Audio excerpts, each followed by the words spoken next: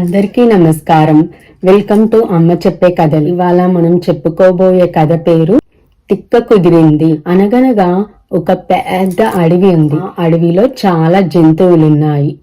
ఆ అడవిలోనే ఒక నక్క ఉందన్నమాట. ఆ నక్క అందరూ జంతువులు తినే ఆహారాన్ని ప్రతిరోజు వచ్చి లాక్కునేది. మిగతా జంతువులన్నీ చాలా ఆకలితో అలానే పస్తులుండేది. అలా చాలా రోజులు గడిచాయి. అడవిలో ఉన్న జంతువులన్నీ బాధపడుతున్నాయి.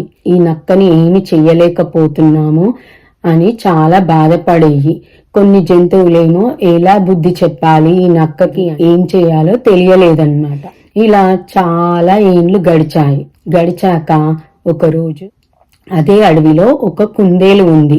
అది చాలా తెలివైంది, చలాకీ అయింది. ఈ నక్క ఇలా చెయ్యడం చూసి ఆ కుందేలు అనుకుంది, ఈ నక్కకి బుద్ధి చెప్పాలి అని కుందేలు అనుకొని ఒకరోజు కుందేలు అడవిలో బాగా తిరిగి ఒక దుంపని పట్టింది.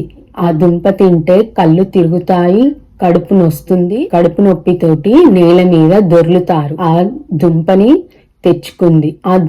తెచ్చుకొని తినడం మొదలు పెడుతున్నట్టు నటిస్తుంది కుందేలు. ఆ దుంపని తినబోతున్నట్టు నక్క గమనించింది. నక్క కుందేలు దగ్గరికి వచ్చి, నాకు ఇయ్యకుండా తింటున్నావా అని నక్క ఆ దుంపని లాక్కోబోతుంటే కుందేలు అంది, ఇదిగో తీసుకో అని కుందేలు ఇచ్చిందన్నమాట నక్కకి. అప్పుడు నక్క ఆ దుంపని తినేసింది. తిన్న వెంటనే నక్కకి కడుపు నొప్పి ప్రారంభమైంది. కళ్ళు తిరుగుతున్నాయి నక్కకి. ఏం చేయాలో తెలియట్లేదు. నేల మీద పడి దొర్లింది. అప్పుడు ఆ జంతువులన్నీ అనుకున్నాయి, ఈ నక్కకి కుందేలు తగిన శాస్తి చేసింది, నక్క తిక్క కుదిరింది అని అనుకున్నాయి. అన్ని జంతువులు వచ్చి ఆ నక్క చుట్టూ నాట్యం చేయడం మొదలు పెట్టాయి. చాలా సంతోషంగా ఉన్నాయి అన్ని జంతువులు.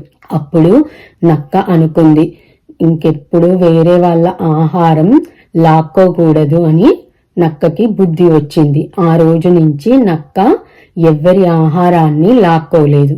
కథ కంచికి మనం ఇంటికి. Please like, share and subscribe.